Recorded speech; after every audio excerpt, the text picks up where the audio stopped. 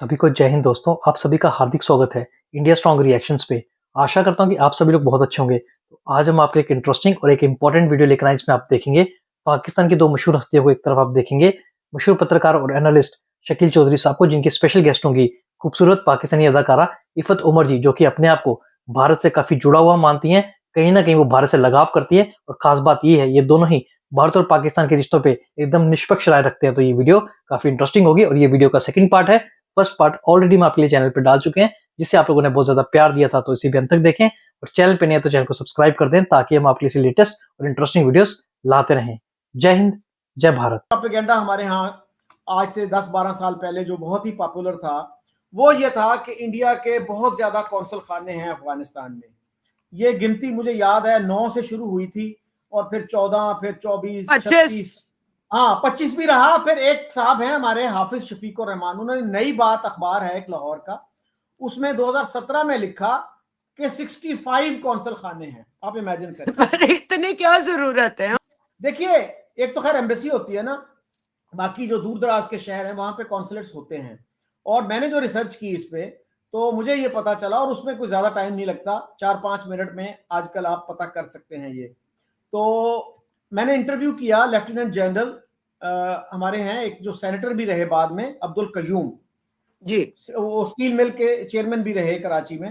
तो उनके बारे में AQ Khan, doctor AQ Khan ने कहा था कि जी ये इल्म का समंदर है। मैंने उनका इंटरव्यू किया और मैंने उनसे पूछा कि आपने सर नवाए वक्त में कॉलम लिखा, जिसमें आपने कहा कि इंडिया के दर्जनों कौंसल खाने हैं अलोंग द पाक अफगान बॉर्डर अलोन, यानी नॉर्थ की साइड को छोड़ दें, सिर्फ पाकिस्तान के साथ दर्जनों कौंसल खाने हैं।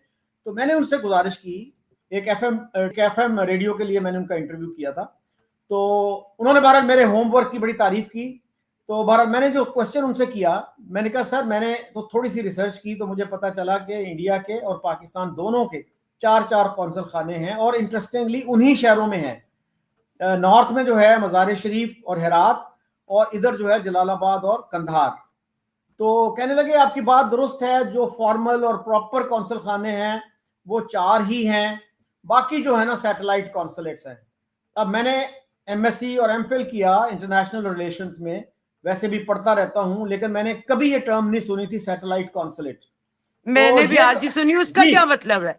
पता नहीं क्या, जैसे सैटेलाइट का कैंपस होता है ना, शायद कि पंजाब यूनिवर्सिटी का एक कैंपस है जी, वो मुरीदके में है या कहीं और है, सैटेलाइट कैंपस, तो उससे उन्होंने सैटेलाइट कॉन्सुलेट बना लिया। तो इस तरह का जो प्रोपेगेंडा है, हमारे एक जर्नलिस्ट जो है वो जावेद अख्तर का इंटरव्यू कर रहे थे, तो उनको बार बार वो कह रहे थे अगर इंडिया के इंटेंशंस जो हैं वो ऑनरेबल हैं, तो फिर आपके 14 कौंसल खाने क्यों हैं। उसने कहा भाई मेरा ये फील्ड नहीं है, हमारे किसी मिनिस्ट्री ऑफ एक्सटर्नल अफेयर के स्पोक्स पर्सन को, किसी रेलेवेंट आदमी को पूछो कितने हैं कितने नहीं है। लेकिन वो बार बार इसी पे इसरार कर रहे थे कि आपके 14 कौंसल खाने क्यों हैं। यानी हमारे जो जर्नलिस्ट हैं, सीनियर जर्नलिस्ट, वो भी in this day and age they become easy dupes for this kind of propaganda, जो डिसइंफॉर्मेशन आती है और जिस क्वार्टर से आती है, आपने इशारा भी किया उधर। तो ये जो है, इससे क्या हासिल होता है हमें? सर, इससे हमें यही हासिल होता है कि नफरतें और बढ़ती हैं। और जो अगेन बात ये कि जब लड़ना है तो उसका जवाब भी तो बरकरार रखना है ना। तो जवाब बरकरार रखने के लिए फिर आपको चीजें भी, बहाने भी ढूंढने पड़ते हैं। सो इसको बरकरार रखने के लिए जो मर्जी कह दे, लेकिन एक कॉमन सेंस से अगर आप सोचें कि जितना हमारा पड़ोसी उतना उनका भी पड़ोसी अफगानिस्तान, ठीक है ना। अगर हमारे अफगानिस्तान के साथ कोई इंटरेस्ट है और हम वहां से कुछ करते कराते रहे, हमारी तो हिस्ट्री है ये, तो जाहिर है उन्होंने भी बचाव के लिए कुछ ना कुछ इंतजाम तो वहां कर रखा होगा कि खबर हमें भी मिलती रहे, उधर भी। तो आप जो काम खुद करते हैं वो आपके लिए ठीक होता है, जब दूसरा कोई करता है तो वो गलत हो जाता है। तो ये तो अजीब सी बात है ना। फिर अगर आपके लिए कुछ ठीक है तो फिर उनके लिए भी ठीक है, अगर आपको कोई चीज बुरी लगती है तो फिर उनको, उनकी कौम को भी बुरी लगती है। सो अगर यही खेल खेलते रहना कि नहीं हम दोनों आप बुरे हैं, तो अगला भी एक दिन तो कहेगा कि अच्छा फिर मैं बुरा बन के वो खाना, तो वो दिखा रहे हैं, अब ले लें लड्डू, कितना लड़ना है। 4 दिन से ज्यादा तो जंग आप लड़ नहीं सकते, और जंगे ही लड़ते रहेंगे और यही कुछ होता रहेगा तो आपकी तरक्की कैसे होगी? अभी भी आप देख लें, इतना कुछ करने के बावजूद इन्फ्लेशन वहीं की वहीं है। सो फायदा क्या फायदा हो गया? और कई दफा आपको अपने इंटरेस्ट के लिए, अपने सिटीजन के इंटरेस्ट के लिए थोड़ा सा आजिजी से भी काम ले लेना चाहिए। मतलब जरूरी नहीं है कि आप बस बढ़के ही लगाते रहे, और बढ़के लगाने का तो अंजाम वही होता है जो मौला जट में हुआ था। फिर मौला जट ही होता है फिर वो। तो मौला जट बनना है तो फिर तो यही हाल रहेगा, ऐसे ही बच्चे जवान होंगे, ऐसे ही दिमाग बढ़ेंगे गुस्से से भरे हुए, और जिसको कोई प्लानिंग का, फ्यूचरिस्टिक सोच का, दुनिया में क्या हो रहा है और किसी चीज में इंटरेस्ट नहीं होगा। इसी में इंटरेस्ट रहेगा कि जी बस हमने प्रूव करना है कि हम ठीक है। तो हर दफा हर कोई ठीक नहीं हो सकता। जी अच्छा, अब ये देखिए कि इसी इशू पे जो है ना, हामिद करजई साहब जब प्रेसिडेंट थे अफगानिस्तान के, तो पाकिस्तान से एक डेलीगेशन गया। तो हमारे किसी सीनियर जर्नलिस्ट ने हामिद करजई साहब से पूछा कि अगर आप वाकई पाकिस्तान के साथ अच्छे ताल्लुकात चाहते हैं तो आपने इंडिया के इतने ज़्यादा कौंसल खाने यहाँ खोलने की इजाज़त क्यों दी है? तो उन्होंने कहा कि एम्बेसडर थे पाकिस्तान के उस वक्त मोहम्मद सादिक। तो उन्होंने अच्छा, कहा मैं एम्बेसडर सादिक साहब से रिक्वेस्ट करूंगा कि वो इसका जवाब दें। तो एम्बेसडर सादिक को कहना पड़ा जी इसमें कोई सच्चाई नहीं है, इतने ज्यादा कौंसल खाने नहीं हैं, 4 कौंसल खाने हैं इंडिया के, 4 ही हमारे हैं। तो ये जो है हमारे एम्बेसडर को ये कहना पड़ा, और हामिद करजई को भी पता था कि पाकिस्तान में इस तरह का प्रोपेगेंडा होता है। अच्छा जी, ये बताइए मुझे कि हमारे यहाँ जब इलाज के लिए यहाँ से बच्चे और बड़े जाते थे इंडिया इलाज के लिए, तो उनको कितना कितना उनकी केयर की जाती थी। बहुत से बिल्कुल जी। ऐसे और जी बहुत से ऐसे भी होते थे जिनके पास पैसे नहीं होते थे या खत्म हो जाते थे पैसे, उनको लोगों ने चंदा करके भी उनका इलाज करवाया। तो इसके बावजूद हमारे यहाँ ये जो है कि जी इवल कंट्री है इंडिया, तो उससे हम कोई अच्छाई की एक्सपेक्टेशन नहीं कर सकते। यानी इंडिया से अगर कोई बुरी खबर आए तो उसको हमारा मीडिया हाईलाइट करता है बहुत ज्यादा, और कई दिनों तक फिर उस पर तबसरा होता है, कई हफ्तों तक महीनों तक। लेकिन अगर कोई अच्छी खबर आए तो उस पर कोई तस्करा नहीं होता। अब देखिए कितने लोगों को पाकिस्तान में पता है कि उनका जो 1955 का रिपब्लिक डे था, उस पे पाकिस्तान के जो उस वक्त के गवर्नर जनरल थे वो मेहमान खुसूसी थे। जी बिल्कुल बिल्कुल 1965 में जनवरी में होता है ये उनका डे। उस पे चीफ गेस्ट जो थे पाकिस्तान के फूड मिनिस्टर थे अब्दुल हमीद, राना अब्दुल हमीद। तो ये जो चीजें हैं, फिर इसी तरह से जब पाकिस्तान ने इंडस वाटर ट्रीटी साइन की इंडिया के साथ 1960 में, उसके लिए वेस्टर्न कंट्रीज ने, वर्ल्ड बैंक ने भी पैसे दिए, इवन इंडिया ने 62 पाउंड्स दिए पाकिस्तान को, और उसका कहीं आपको जिक्र नहीं मिलेगा, इसलिए कि उससे तो अच्छा इंप्रेशन पैदा हो जाएगा इंडिया का। और नेहरू पे जब क्रिटिसिज्म हुआ, प्राइम मिनिस्टर नेहरू पे, तो उन्होंने कहा कि भाई मैंने I bought peace with Pakistan by having this agreement. इसलिए कि आज भी वहां पे क्रिटिसिज्म होता है पंडित नेहरू पे कि ही वाज ओवरली जेनरस।